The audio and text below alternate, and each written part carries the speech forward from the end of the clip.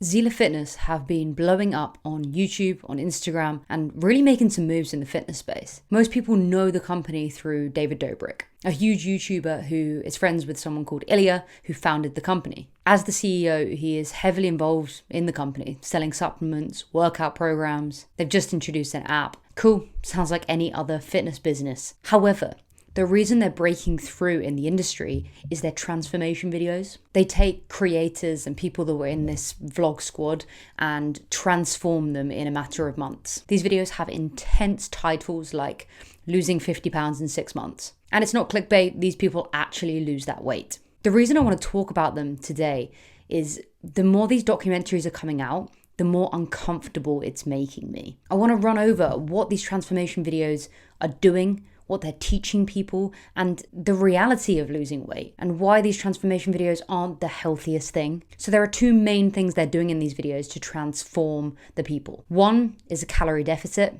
and two is a ton of cardio.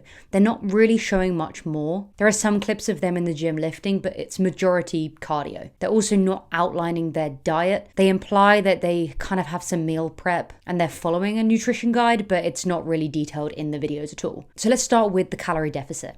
This is the only way you can lose weight. So of course they're going to document that. It's calories in, calories out. It's as simple as that. However, these videos are implying that you need to stop eating any sort of junk food, not enjoying food anymore. There's clearly a dramatic drop in calories, which is super dangerous. You want to ensure that you're losing weight over a longer period of time so you don't have to half your calorie intake. These people are almost passing out, and you can tell it's not an enjoyable process for them. For example, the guy that lost 50 pounds in 6 months, they give him a cheat day as a bit of a reward, and he goes nuts. And he's not the only one. Susie, who lost a ridiculous amount of weight as well, she implied that she struggles with binge eating. I started binge eating because I was so stressed out and I had so much on my plate. I honestly just didn't know how to handle it. So putting her on a very strict calorie deficit and then telling her that she's a bad person for breaking this.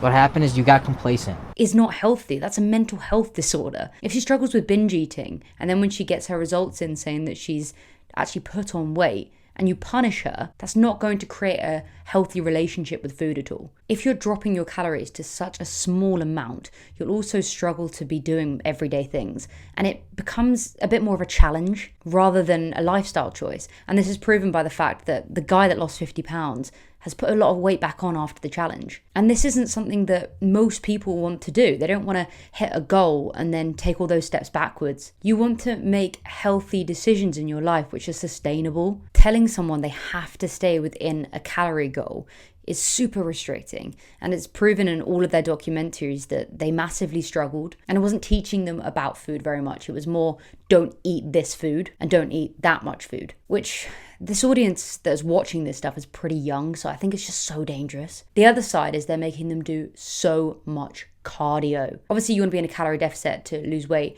but on top of that you can also do cardio so you're burning more calories, but a huge calorie deficit plus tons of cardio, it's exhausting. That is a lot of work and not necessarily healthy. You need to give your body time to recover and rest. And also it's not sustainable. Who has the time to do that much cardio in a day? We're talking 6 days a week training, often twice a day. I'm working out 6 days a week. Now I am doing twice a week. I'm doing 2 days.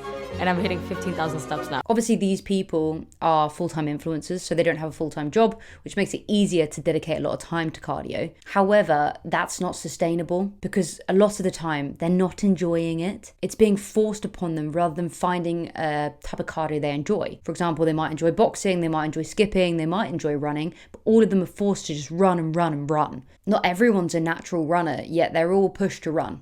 But instead of it being gradual, for example, starting with a long walk, it's intense quick. They're making them hike up mountains. They're making them run a mile. Whoa.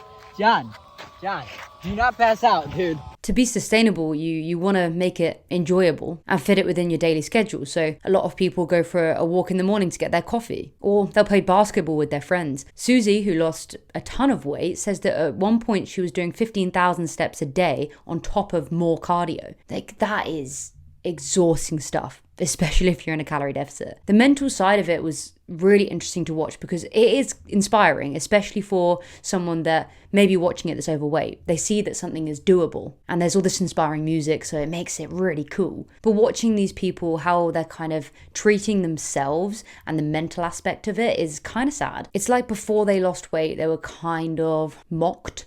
Look at that blubber. They make jokes like, oh, if I shoot this hoop, you've got to run an extra mile. It's kind of mocking them as if like they're not as good people because they're not in shape. And because there are these strict goals in place to fit a YouTube title like lose 50 pounds in 6 months, they are forced to do things in such a small amount of time and then judged if they don't get there. The Susie documentary was split up into a few episodes rather than just one video because it took her quite a while to achieve the goals that they wanted her to hit. But when she was slightly off her goals, like she ran a half marathon and then binged afterwards because it was also stressful for her, it was so much work, she was exhausted, she was told that she needs to work harder. She'd put on 6 pounds and this wasn't good enough.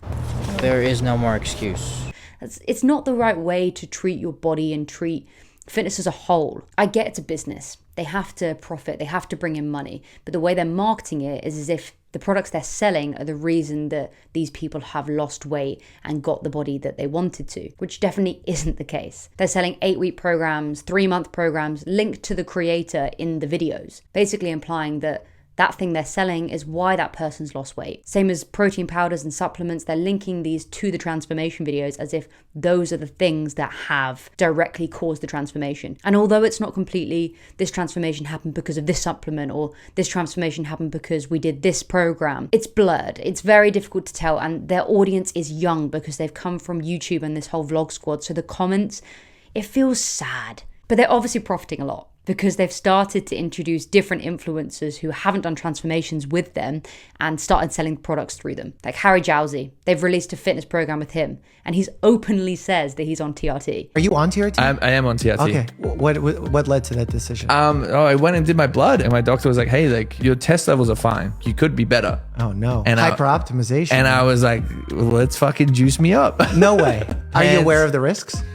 Yes. Like, cool, but you can't sell a fitness program if he's openly walking around being like, yeah, I'm juiced up. It feels so wrong. Like, you're really influencing a young audience who are vulnerable. At the end of the day, they're a business.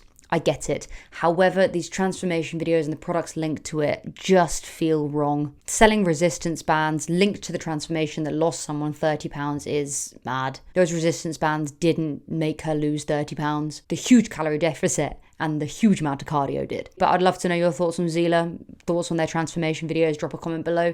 If you do like the video, give it a big fat like and subscribe if you haven't already. And I'll see you in the next one.